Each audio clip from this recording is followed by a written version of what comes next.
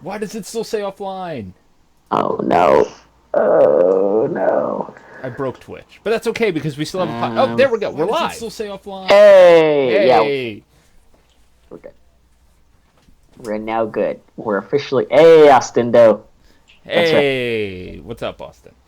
Thank you for letting me know that, Austin, because I had no idea we were offline. We've been podcasting now for like 20 minutes and no idea that we were offline. That's all right. So, YouTube, this is what you're getting. You're getting 20 minutes into the show. We have talked about. Hollis talked about Final Fantasy XIV. Kayla's talked about Castlevania. And we're getting into the Castlevania Netflix series right now. We are. We're literally watching it right now. No, we're not. But we're getting into it. Right. So, I've watched it. Have you? And Hollow said that he hasn't. But Caleb, you I have. watched it. Obviously, I watched it. Yeah. I actually went home. I was super frustrated from work last week because of stuff going on. I went home slightly early on Friday to go finish some stuff at home, quote unquote, which meant that I went home at 3 o'clock to go watch Castlevania and then start working again. And it was the best break ever. It's just awesome. I just blitzed through the whole thing. Yeah, we blitzed through the whole thing too. It's I think everyone is. It's a movie like. It's the easiest thing to binge watch. It's less than 2 hours. It's super easy. They're like anywhere between like 23 and 27-minute episodes, and there's only 4 of them. Yeah, which is unfortunate, and it seems like the biggest. It seems like the biggest criticism people have is literally just that it's too short, which is fair. But I get that it was something they weren't necessarily sure was going to do well. Obviously, it did very well, and so we're looking forward to seasons 2 and 3. It is the best video game adaptation ever. Yeah, I would say that, and. Ever. And maybe the flaws that it might have aren't so apparent because we're just so happy that we ended up with something somehow so good based off a video game. But it doesn't change the fact that it is a very good show. Like, I have flaws.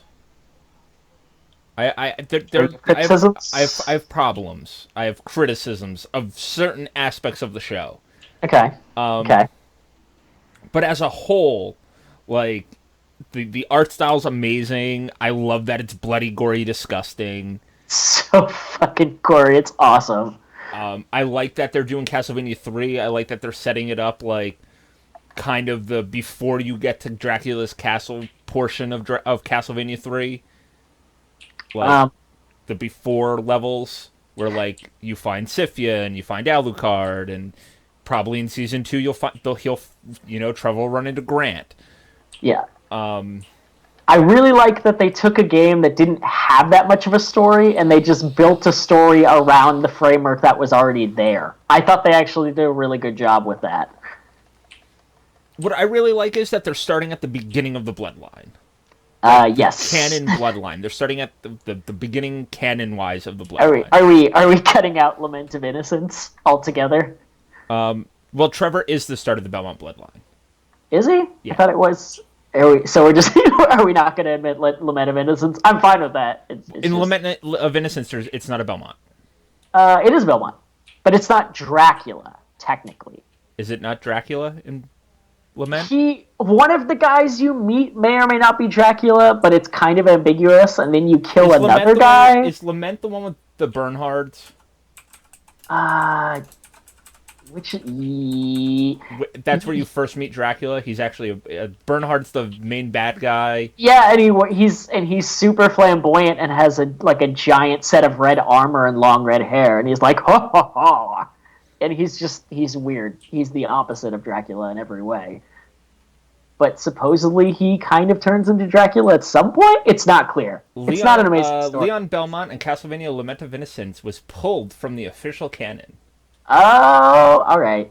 Same thing with Castlevania Legacy, which was on the Game Boy, which was the very first Belmont. That was Sonia Belmont.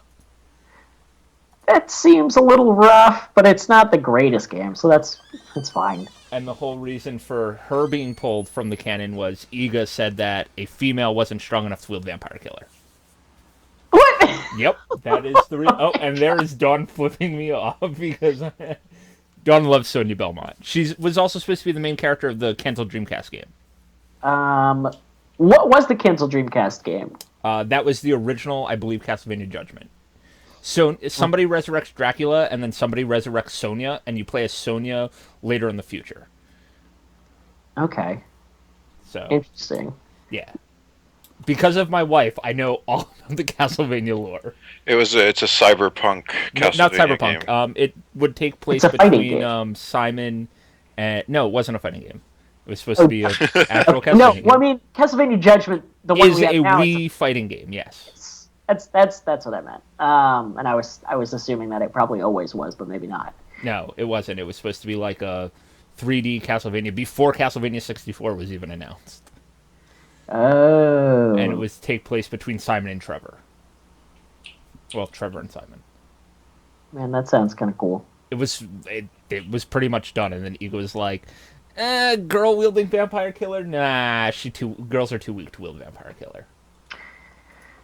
So, what are your general thoughts about this whole thing, Chris? Because we went from having no Castlevania and Dawn's, I suppose, if she's in the room. Dawn is in the room.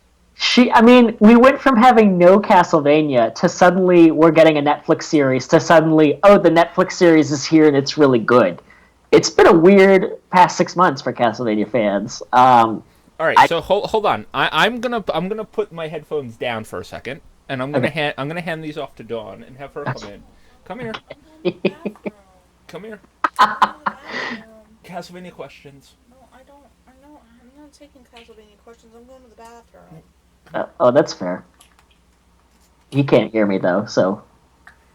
But it's fair regardless. But it's still fair that she can go to the Hello? bathroom. Oh, hey, Dawn. Hi, guys. Dawn, if you need to go to the bathroom, you can go to the bathroom. That's okay. No, I'm tethered to the desk now. I can't go to the bathroom. Oh. Okay. Your rights have been revoked. No PP. Wow, that's ugh. What kind of place are you guys living in? Well, he put the headset on me and put me in front of the microphone, so... Okay, well then I'll try to get my question out quick, and so we can get you to the bathroom. But so I was asking Chris essentially. It's been a long time since we've had anything Castlevania, and I was pretty sure the series was dead. And then in the past 6 months, we went to, oh hey, there's a Netflix series coming out, to, oh hey, the Netflix series is out and it's really good. And I'm just, what are your thoughts as a Castlevania fan right now? What do you think's going to happen? What are you feeling? I'm super hype on the series, but I'm a little sad there wasn't more of it. Like, when they said Netflix series, I was thinking, like, 8 to 10 episodes, and then they rolled out with 4 episodes, and I was like, this is a little tiny bit disappointing. Yeah, and I think that's the only, like, major criticism people have given the series so far, is that it's too short. And it is, but it's also an hour and a half of Castlevania that's pretty good. Like, maybe if they had rolled it out as, like, a movie instead of, like, oh, it's a TV series. I think that was the original plan, actually. And then they weren't sure if they wanted to do, like, multiple movies, so they went with one movie, and then they split it into 4 TV show episodes because they wanted it to be a TV show instead of a movie. But then it doesn't even end at a point that really feels like an ending. It ends at a point that's like, oh, you really want more of this. Now that the party's together, you know. They're missing somebody. But that's what I'm saying, we got more. We have more coming. Supposedly at least twice as many episodes. And it sounds like they're probably going to end up moving into the Symphony of the Night storyline eventually. Yeah, I've heard that, which is exciting considering the Alucard design they chose. That's appropriate because if they had chose a Castlevania 3 Alucard design and then went to a Symphony Alucard design, people would have been confused. They would be like, why does this dude have dark hair? And now why is he a platinum blonde? I don't get it. But... You are definitely the kind of person who follows the series enough to make that kind of comment. I didn't think anyone else was going to. Like, he just showed up and he was white-haired, and I was looking at pictures of him from 3, and I was like, well, you know, this probably makes more sense if they're going to go forward with Symphony of the Night. Yeah, and they threw him in the coat right away, and I was like, yeah, this has got to go in a Symphony direction at some point. I wish they had the same voice actor, but the original voice actor wasn't a very good voice actor, so I also understand going with a different one. But yeah, at least they didn't pull the voice actor that they used when they did the what was that, the PSP reboot. It wasn't a reboot, it was the port to PSP, and they redid some of the dialogue on there. That voice acting was terrible too. I never played that version, actually. Oh, okay. Well, if Uh, you look it up on YouTube, you can find the clips of the different audio clips of terrible acting. Yeah, it's got to be on the internet somewhere. Is it going to be next to the Barry Burton ones? I don't know. Anyway, thanks for taking the time to chat. You can go to the bathroom now if you'd like. It's been fun, though. Yeah, no problem. I'm half here, and I'm sorry I've been kind of out of communication with all you guys. No worries. You got your own stuff going on. We know. But, yeah, my mom had surgery on her head yesterday.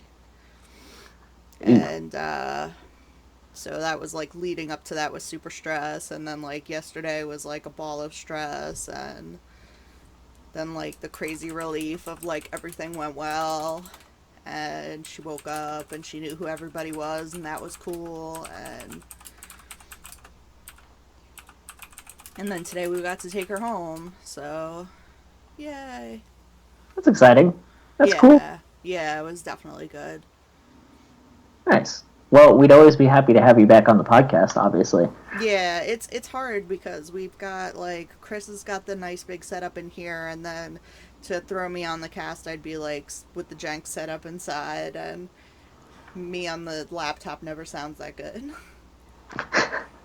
But, anywho, you guys and Podcast Universe, I'm going to give the headset back to Chris, and I'm running to the bathroom. Okay, do it. All right. Chris is back. Chris is back. Chris is back.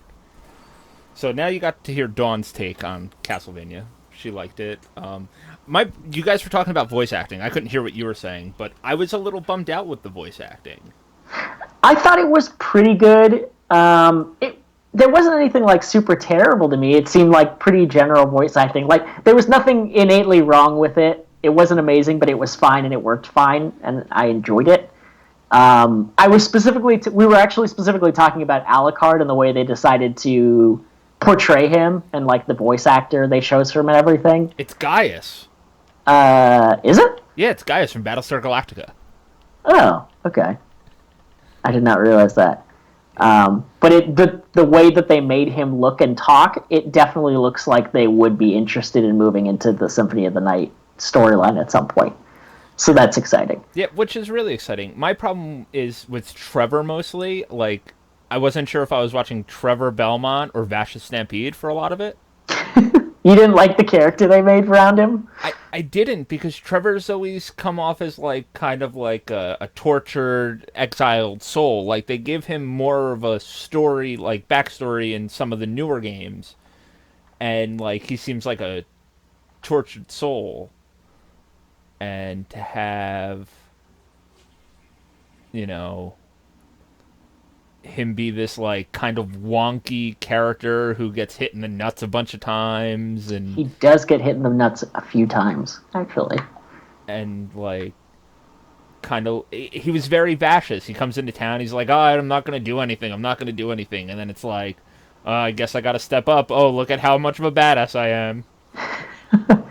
I don't know if I would say he was like Vash, because I mean I would say Vash is always like planning to do the right thing because that's who he is, and he never kills anybody or anything.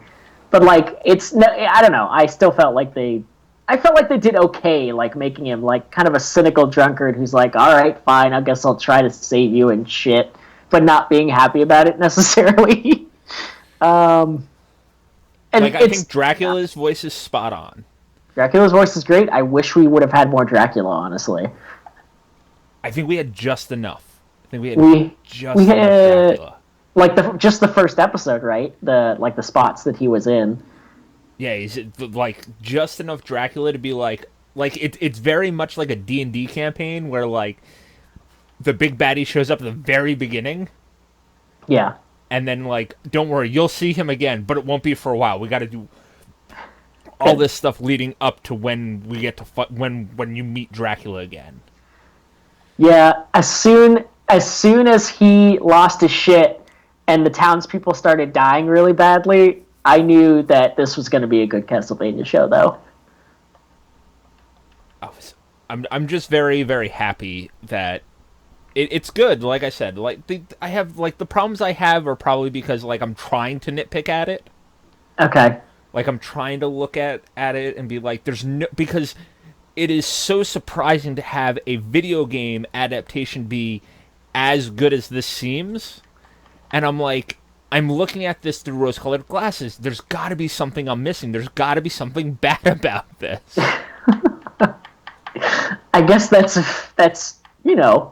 fair thing to believe, given where we've come from with game, movies, and show adaptations and everything. And there's an Assassin's Creed one, which they are also doing, the same group of people. And there's a Witcher show, which might actually be live action, and is a different team, also coming for Netflix. Right. The Witcher show is a different team, and it's not following either the books or the games. I think I did hear that, actually. Which means it'll be all original new stories, which means that the Geralt that they make for the show could be a completely different Geralt than we're used to. That's true. But, well, since the game is the reason why he's popular, and it's such a popular game itself, I wouldn't be surprised if they tried to stick closer to a Geralt like that, but who knows, I guess. Well, that's the thing. I don't know. I'm really excited to see more Castlevania, though, and to see Netflix trying to kind of push more of this stuff. Like, for the longest time, the biggest rumor around Netflix and video game stuff is they're supposed to be doing a Zelda show. I remember that, actually. Was that like a year ago when the rumors came out? They've been flying around for like 5 years now. Yeah. That Netflix and Nintendo have been talking about getting a live-action Zelda series off the ground. And that makes me happy, because this Netflix does really well with 90% of their original shows. There's some stinkers in there, here and there. Right, but 90% of their original shows are decent. And it sounds like they're very interested in taking big risks and making a lot of shows to see what people will really go for and understand the market better, actually. Which is interesting, because that's what shows do that's what TV networks do every season when they have like their big shows that premiere in the fall. But Netflix is taking it to another level because they're that much bigger. And it's interesting to see what they're coming up with these days. Like, we'll get onto this Netflix talk, I guess. Netflix to me is where it's at, and a lot of people hate on Netflix, and a lot of people hate on Hulu, and a lot of people, hate on Amazon, and all of the original content that these three big streaming services are putting out, they're decent. They're actually like good TV. Like, let's take Netflix, for example. Like, most of their original series are really fucking good. Like, yeah, you have your Hemlock Groves and your Senses 6 or Senses 8 or whatever the hell it was. You didn't like Sense 8? I hated Sense 8. I watched the first season and a half of that, and I hated it. One of my buddies keeps telling me to watch Sense 8. Tells me over and over again. I don't know if I want to watch Sense 8. But, like, for every, like, Hemlock Grove, there's, like, 3 Oranges the New Blacks. Yeah, it seems like a lot of the big shows that everyone's watching these days are Netflix shows as opposed to network shows. The Netflix shows that you hear people talk about these days is, like, Game of Thrones. The network shows? Network shows. You hear people talk about Game of Thrones? Yeah. The Walking Dead when it's on, and Better Call Saul? Like, what other network shows are people talking about? I can't think of too many more, but that's what I'm saying. Like, everybody's watching Orange is the New Black, and everybody's watching Stranger Things, and The Handmaiden, which is, I believe, Amazon, which is amazing. Or that might be Hulu. Amazon and Hulu are making some actually pretty solid shows too, even if they don't create them at the rate that Netflix does. But they're not being watched as much because people love Netflix's shows so much already, which is Except for like, interesting. except you get like Handmaiden, which everybody's talking about, Man in the Yeah, High Tower, which a lot of people talked about, Transparent, which a lot of people were talking about. yeah, Like, you still have these big things. They just don't take as many risks as Netflix does. And Netflix yeah, also takes these canceled shows and revives them. yeah. Which is a very different kind of risk taking than we're used to seeing in television. Just in general, it seems like people have talked about how we're kind of in this golden age with lots of different streaming services available and really quality shows coming out for all of them, and a lot of the networks really pushing that stuff too. And it's really interesting to see this how it affects other things like the gaming sphere, with Castlevania popping up out of nowhere. Right. And Well, The Witcher and Castlevania, and maybe now we'll finally start getting like some good quality video game TV and good movies that come only to, these streaming services. Like Netflix knocks it out of the park with Castlevania, signs it up for a season 2. yeah, You don't think Amazon and Hulu are like, okay, what franchise can we pick up? I wouldn't be surprised, but I'm not sure just because I haven't heard much yet. I guess maybe it might be a while before you hear anything, but yeah, I don't know. I'm still not really sure what to expect going forward after this. I mean, I know Castlevania Season 2 is going to come out. I wasn't sure if a lot of the other networks and like streaming services really had decided to throw their weight behind this too, honestly. Is that what you think they're going for? I wouldn't be surprised, but I thought it might be early to tell for the services. Seeing how well Castlevania did and how many people were talking about it last weekend, and everybody that was, oh, you got to you have to watch Castlevania. Oh, I remember playing this as a kid. I didn't know there was a Netflix show. Oh my god, this Netflix show is really good. I've never heard of Castlevania. Let me watch this. Like, just like the people, like my mom watched fucking Castlevania. Did she like it? Yeah, she was like, "Oh, this is cool. Your brother was watching it," and I was like, "Oh, okay." And she's like, "But I want more of it." Like to see these people that aren't gamers or into the gaming sphere get interested in a video game TV show is awesome. And I think that for the most part, I think animated is the way to go to like adapt properly. I think if it were something like The Witcher, you could still do it live action, but it would be hard. But for something like Castlevania, maybe not, because it's too out there. But animation's probably the way to go for most of them. Or if not, like CG, if someone's willing to do that, but that's a lot of money. So I don't know if they I hate CG. Really? I'd rather have like that anime style of Castlevania than CG. See, I I was always confused why they never have like no major film company has tried to use CG other than like for video game adaptations to create an actual like really good and deep sci-fi or fantasy film with like the whole world just CG as opposed to like live actors and then just put everything in post with computers, like just make it a world from computers.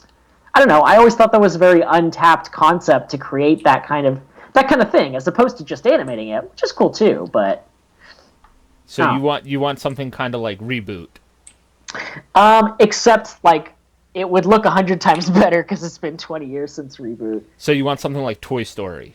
Well, so that's the thing. Most of what has been made using it is just kids' films, but you could use it to show darker stuff too. It just hasn't been taken in that direction yet. So Final Fantasy: The Spirits Within. That's what I'm saying. Only game companies have used it for like adaptations, but there's no like, it's nothing that's like very adult that's been CG done as for a film. Have you seen Sausage Party? That's pretty adult. It's not really sci-fi fantasy, but that's also meant to be a parody of kids shows as opposed to like an adult CG film. That's what I'm saying. And you're coming up with a lot of good a lot of good exceptions, but at the same time they don't entirely work the same way as like what I'm thinking. Like if they made the movie coming out for The Dark Tower. Like if they just decided to copy the first book but turn it into like a CGI movie with the whole thing. Like something like that. I feel like you could do a lot of stuff with that would be easier than using either live actors with CG or like fully animated. I don't know about you, but I was really excited for the Dark Tower movie until I found out it's a sequel to the books.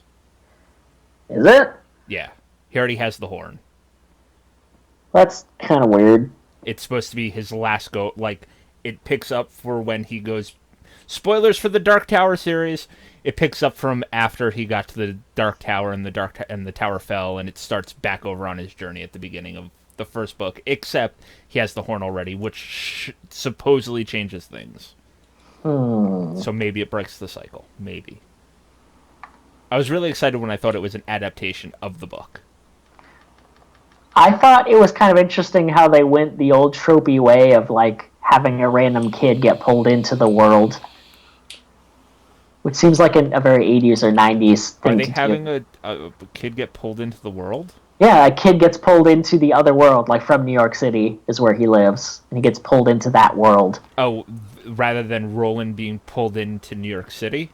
And then I think at the end of the movie, allegedly, from the trailers, he gets pulled into New York City.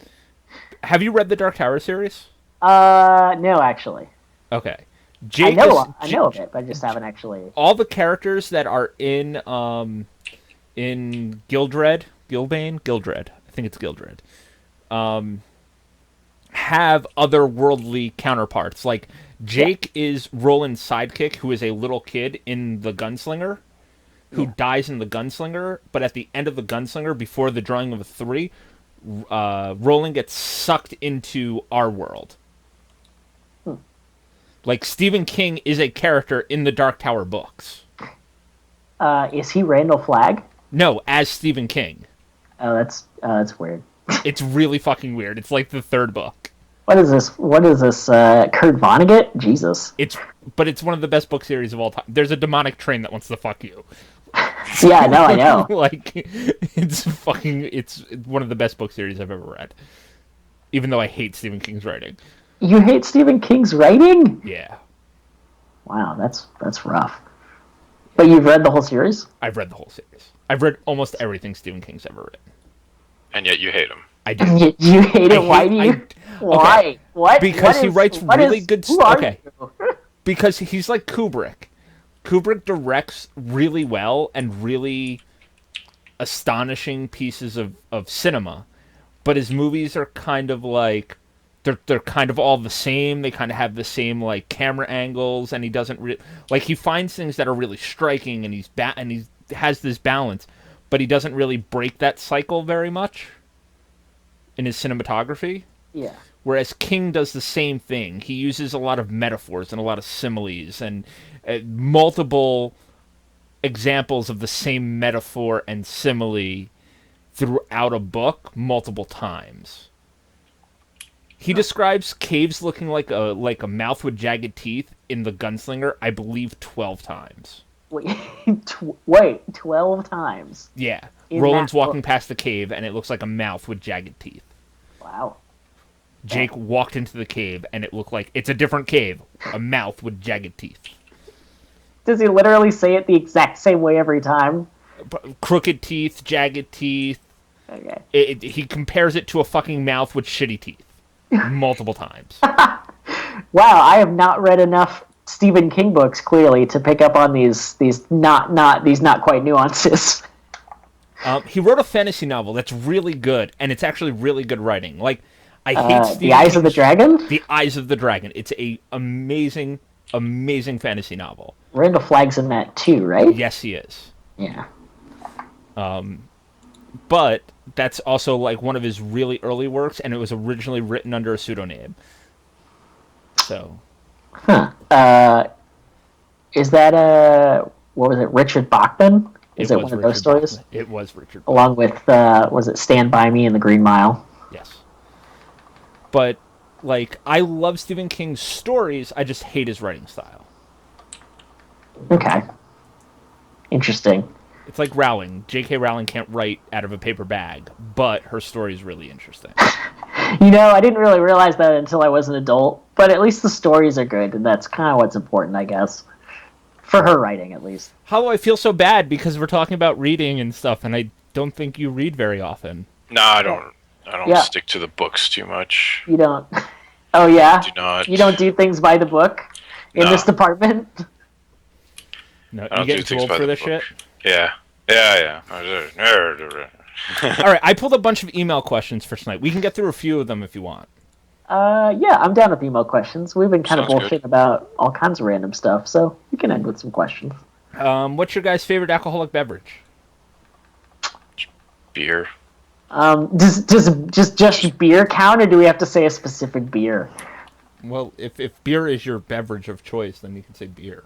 I mean, I do love beers over everything else. Not that I don't like the other alcohols, but beers. Like during your wedding, we got forced into getting drunk off wine basically for a while because they would not bring the beer. Hey, I like wine when I'm at like a nice establishment, and fancy dress. But I prefer beer, obviously. I like beer when I'm just kind of chilling. Wine is my go-to drink of choice because I'm old. Is that how old. that works?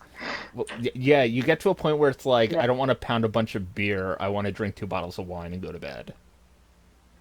2 bottles. Yeah, me and Donald Jeez. took 2 bottles of wine. You guys need to calm down a little there. How much wine does it take to get you drunk? About half a bottle. Because I know you're a big person. About half a Oh, bottle. really? Yeah. So you drink a full bottle and you're hammered?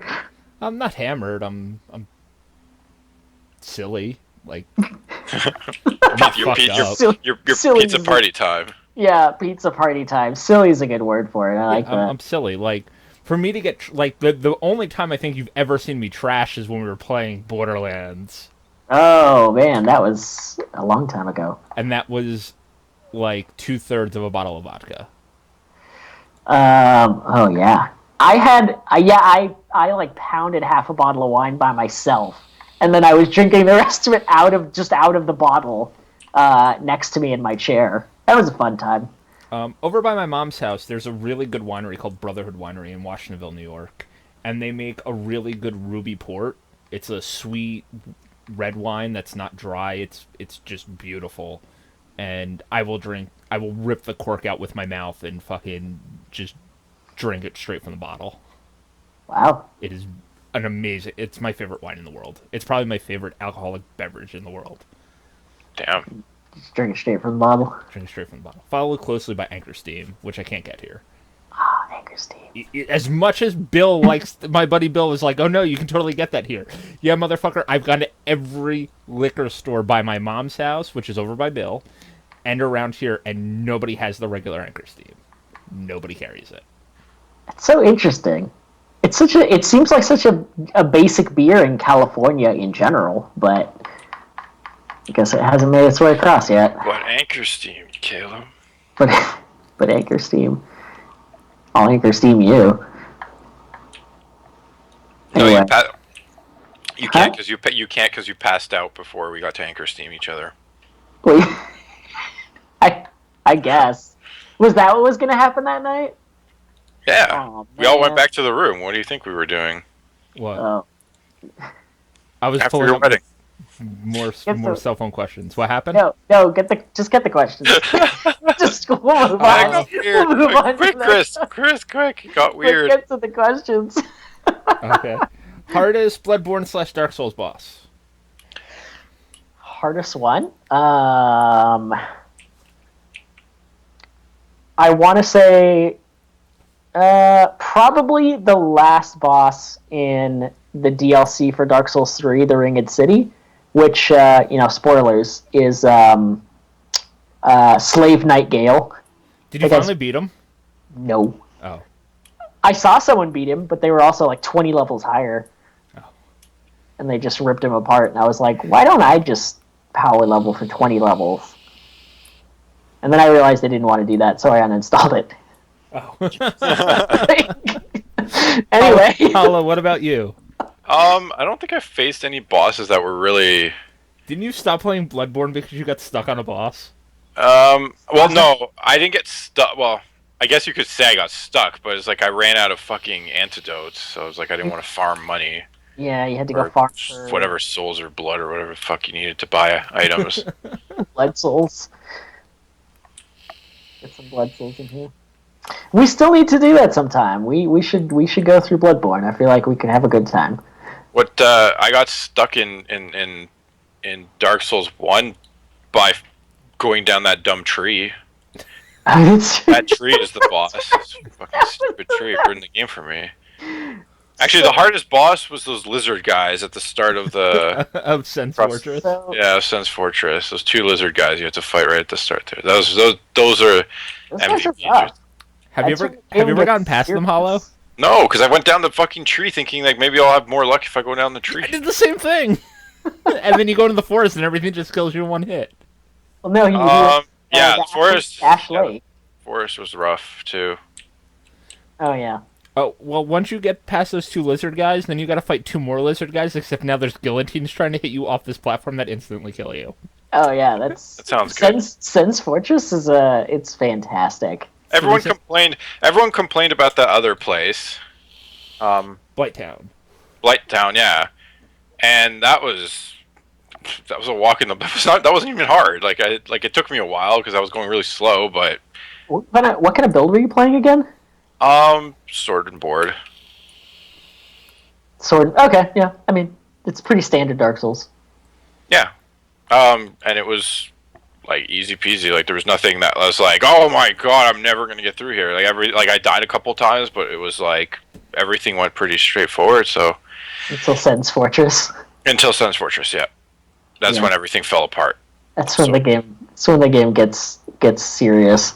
Yeah, so for people to say Blight Town is the most annoying area or the hardest is like, you guys are idiots. That wasn't hard. Sense Fortress, those two lizards, impossible. Harder than any boss, though. Even the boss, I think of the boss at the end of Blight Town.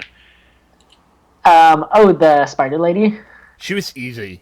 She's not The too spider, bad. the big ass, yeah, it's a huge like spider dragon like thing that comes out of the water, right?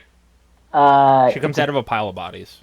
She comes out, yeah, and she leaves lava everywhere she goes. And Oh yeah, she was sort of tough. I had to try her like 3 or 4 times. No.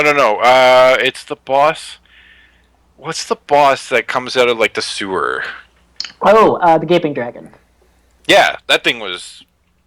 It didn't do anything. Oh, It literally didn't do you anything. stay away and you poke it in the leg about several hundred times. It doesn't it do does. anything. Yeah, I was like, oh, this was anticlimactic. When I saw it, I was like, oh my god, what is this thing? Like, what's going on over here? Like, how did this happen? And then I fought it, and I was like, oh, well, it all makes sense now. It all makes sense now. For me, the hardest boss is Rom. Probably the hardest boss I've had to fight. Rom is a piece of shit. I remember trying to fight him the first time. Like, when you first go into that boss battle and you have no idea what the fuck to do, and he's just like cruising around, not paying attention. and you're like, oh, I guess I just attack him, and then just fucking his ads just start fucking dive bombing you with their faces, and you're like, fuck, I guess I'm dead now. And then and if you get through that, he starts rolling around and shooting lasers everywhere. Yep. It's a weird fight, but it's a tough fight. All right, let's see. Worst summer job. Worst summer job? Yes.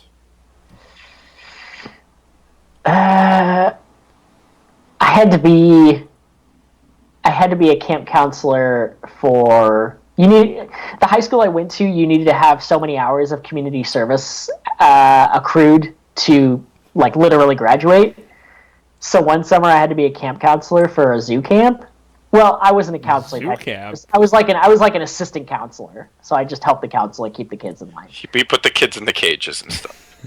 Well, because I was older, they put me with like the 12-year-olds. Like They put him in the cage. they were like 10 or 11 years old, but I did not do great with the kids because I was a smarmy teenager and Lovely.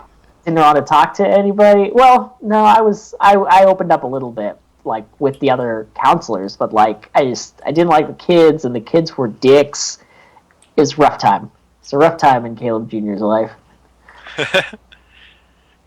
No, that was like 2 years ago. I'm just kidding. 2 years ago, now it's camp counseling. Yeah, they never found Jimmy, but sales is going great, by the way. I had to be a CIT. I was a CIT for a while, but I got fired from that job. Oh, really? Yeah, I was a CIT, which is counselor in training for a summer camp in Monroe, and they put me with like 8 and 9-year-olds. But there was this counselor who, no lie, this chick was like 800 pounds. And I got fired for making fun of her for eating 2 whole rotisserie chickens for lunch. Ew! What? Yeah, I got fired for making fun of her for eating 2 whole rotisserie chickens for lunch. How do you... What? I feel like that is the natural response. Like, I wasn't even like, oh, you're fat or anything. I was like, that's disgusting to eat 2 chickens for lunch. Like, who has that kind of food capacity? Like, it's horrifying. She could barely walk. And she was a counselor, and she had been like a counselor for years and years and years. And 2 like those ShopRite rotisserie chickens, 2 whole chickens. And I wasn't like, oh, you're so fat or anything like that. I was like, 2 whole chickens, that's fucking disgusting. And I got that's fired. pretty bad. And I got fired. That's good though. Dude, you watch a fat chick eat 2 whole rotisserie chickens with her hands.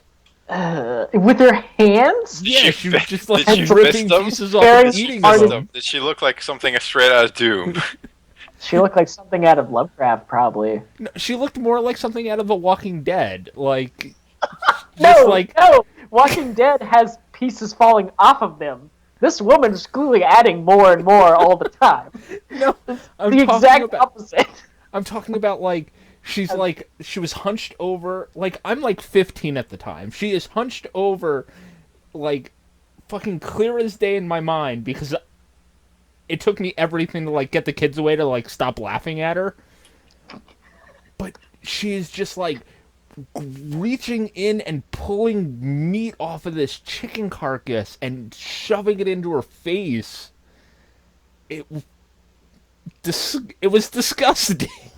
Wow. What about you, Hollow? What's your worst summer job? I worked in a paper shipment factory, so it was like we had to like box up papers and get them ready for UPS to pick them up, send them to companies and shit. And it was like I was working for Gordon Ramsay. It was horrible. Like, this bitch was my boss, and she was just yelling at me the whole time. It was like, no matter how fast I worked, it was just never fast enough and good enough, and eventually just let me go, and they were like, don't bother coming back. And I was like, whatever, good. Was that after your first day? No, this was after 2 weeks, I think. Okay. Yeah. That sounds fucked up. And then I played World of Warcraft, which is great. Good summer. It was a fucking great summer. I played Wrath of the Lich King, which was my favorite expansion, so... Hey, it's that's good. when I was at my most addicted. There you go. What was the first game that you really fell in love with? Oh. That I really fell in love with? Yep. That's a good one. Chris, what do you got? Like, in love with? Probably Metal Gear Solid 3 was the first game where I was, like, in love with it. Metal Gear Solid 3 is good? What do you qualify as in love with the game? Like you stuck your dick in the game, right? You just You totally stuck your dick in there. right in the disc, just... No, what I qualify is, like, there's a lot of games that I really enjoyed, like Ocarina of Time and the original Legend of Zelda and A Link to the Past and Mega Man and all these other games that helped form me as a gamer. But the one game that I go back to and I can, like, remember where I was when I started playing it, I can remember what I was doing, I can remember everything that was going on, Like, it's that or Final Fantasy VII. It's like those are the two games that I really fell in love with originally. Like, love those games. Now there's like a bunch of other games on there that I really love, but like I can remember, like, I beat Metal Gear Solid 3 in one sitting on Thanksgiving Day. I woke up at like 6 a.m. and didn't stop playing till like almost 11 and beat it in one sitting. Nice. Wait, what? You beat Final Fantasy VII in one sitting? No, Metal Gear Solid 3 Oh, what? You beat Metal Gear Solid 3 in one sitting? in one sitting. Yep. That's wow. I remember turning it on the first night and getting through the intro cinema, and then I was done because it'd been like an hour. That was my first start of that game. But that's good. You're like the chicken chick. You're like the chicken shit. The chicken chick, but with Metal Gear. Yeah, I was really like that with Metal Gear. It was like, oh my god, look at this guy playing Metal Gear for 25 hours straight. It's so gross. It wasn't. It was only like 16 hours. 16 hours? Yeah, about 16. It's pretty good still. It is pretty good. What about you guys? Hollow, do you have something in mind? I guess I'll say Halo 2. When I got my Xbox Live, I got Halo 2. Yeah, that was definitely a thing. I remember going to the store to pick that up, and I remember playing. I still remember my very first match online, like it was yesterday. It's funny because I'm playing actually with two of the guys who I played that match with on Final Fantasy now.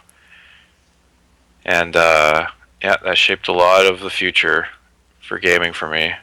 Halo 2. That's not a surprise. That's cool. Caleb? You know what, actually? Dark Souls. Yeah, that was the first game I ever fell in love with. I've loved nothing like Dark Souls. No, I'm trying to remember which is first between two different 64 games, because I love them both, but I'm pretty sure that Resident Evil 2 came first. Yeah, and it was a PlayStation game a long time ago. It was a PlayStation game, and then a year after that it came to 64. And that was when I got it, because I didn't have a PlayStation at the time. I was just a Nintendo kid. Oh, no. I grew up as a Nintendo kid. I got the 64 when I was like 7, and that was all I played for a long time. Oh, I forget that you're the youngest here. I forget these things. You have to excuse me. But Resident Evil 2, I remember getting it for Christmas that year, because it came out in October, and I was 12. You were 7. No, I was 7 when I got my 64. Okay. That was when 64 came out. And then Resident Evil 2 came out on Nintendo 64 the year I turned 12. And I remember getting it and like spending a few days just like tearing through it. And then once I beat it, and then once I beat the B side, I didn't stop playing it, and I kept playing through it over and over again, trying to get faster, and just like I literally don't know how many times I beat that game. I just remember being obsessed with it as a kid and going through it over and over because I thought it was the coolest shit ever. And like the story, the monsters, and everything, it was just something I'd never experienced as a kid growing up playing Nintendo games. So came out October 31st, 1999. I would have been on 64. Yep. Then I would have been 10, actually. Wow. Yeah, but still love that game. Looking forward to the reboot or the remake. Should be good. All right, I got one more before we get out of here, because I like this question. This is, has a video game ever helped you get through a tough period in your life? If so, what was the game? What did it help you get through, and why do you think it helped? I wrote an article on this like 4 years ago. I've talked about this. Yeah, I think we have pretty generally around the article and at other times. Yeah, I don't think we've ever brought this up on the podcast though. I think me and you talked about this, but I don't think this was ever a topic of a podcast. I feel like it might have come up in questions, but if it did, it was like 3 or 4 years ago. All right. So, Hollow, do you have one? No. No? Not that I'm aware of, no. You've never had a game help you through a tough time? No. Okay. Caleb, what's yours? Yeah. I've had a few games help me through some pretty tough times, actually. Dark Souls. It just comes back to Dark Souls all the time. I mean, when I'm struggling with other stuff for a long time, games were the thing that I would go to when I was growing up. Still do. So, and to some extent, yeah. I mean, yeah, I still do to some extent. Yeah, I'm trying to think of what ones in particular. Persona 4 was a big one for me, even though I never ended up finishing that game. I wrote the article, and I can't remember what I said in it, and the games I had said. But There's yes, the one with Tim chasing the princess. Braid. There you go. Braid. Yeah, I do love Braid, very much so. But yeah, it's a thing. What about you, Chris? Final Fantasy VII helped me get through my parents' divorce. That's right. Like, hardcore. Like, Final Fantasy VII, my PlayStation was like... My parents would fight constantly, and my dad was kind of abusive. And through my parents' divorce, I would just, escape Midgard and play as Cloud and feel really powerful, even though I didn't feel really powerful in the real world. And it was quite nice, and... that's why, like, as much as I think Final Fantasy VI is my favorite Final Fantasy VII, like, still holds a special spot in my gaming life. Aside from that, everybody knows that I struggle with anxiety and bipolar, and anytime I get really, really anxious, I play Binding of Isaac these days. Nice. It helps, like, really, like, center me and bring me back to ground level. That's good. Just because, like, I'm just so concentrated, and I've gotten really fucking good at that game. And, Nice. Yeah. Humble brag. Humble brag. Oh, humble brag. Oh, I can get through a Binding of Isaac run in, like, 7 minutes now. Oh. Such a narcissist. when I'm depressed. When I'm anxious. I don't really get depressed. I get depressed I'm usually really manic with my bipolar. So my brain's usually going 1,000 miles an hour. Yeah. So it's one of those things where it's... When I get depressed, I get really depressed, and I get depressed for like 3 days, and then back up, and all the way back up. I was talking to Hollow about this the other day, where it's like I'm on meds for the bipolar and stuff, and that helps my mania not hit like a 10 or an 11 anymore. I'm like, I hover around a 6. And I just want to know what it feels like to be normal. So that's valid. It's one of those things. But Binding of Isaac helps me get through that, and games in general. Like, right now I'm playing through Dragon Age, and it's so slow, like, I find it boring. I could see that, yeah. That game was boring. That game... Wait, the very first Dragon Age or Inquisition? I'm playing Inquisition. Okay. The first Dragon Age was fantastic. Origins, I love Origins. A great game. I think we've talked about this. I don't enjoy Origins. Really? Oh, yeah. No, I beat that game in like a week, put like 90 hours into it. I went freaking nuts. Fell in love with that game. Dragon Age was the second game I ever bought DLC for. Really? Oh, wow. Yeah, that was... Yeah, that was like senior year of college for me. I was going to say that was when... DLC had been a thing for a while at that point, right? Oh, yeah. Yeah, a little while. Put a it long this way, while. The first piece of DLC I ever bought was horse armor for Skyrim. The first piece of DLC I bought was a map pack for Mech Assault by accident. I spent $5 on horse armor that didn't do anything in Oblivion. Yeah, was it $5? I thought it was like $2 or $3. $4.99 for horse armor. I was like, I want this fucking horse armor. I thought it was going to make my horses indestructible, basically, and it did nothing. It just looked like they had armor on.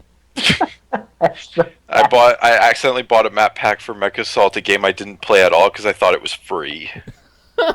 Wait, was this a free-to-play game? No. This was on Xbox, the original Xbox, and I had gotten Xbox Live, and I can't remember why, but I was like on there, and I noticed there's a map pack, and I was like, oh, cool, I'll just download this.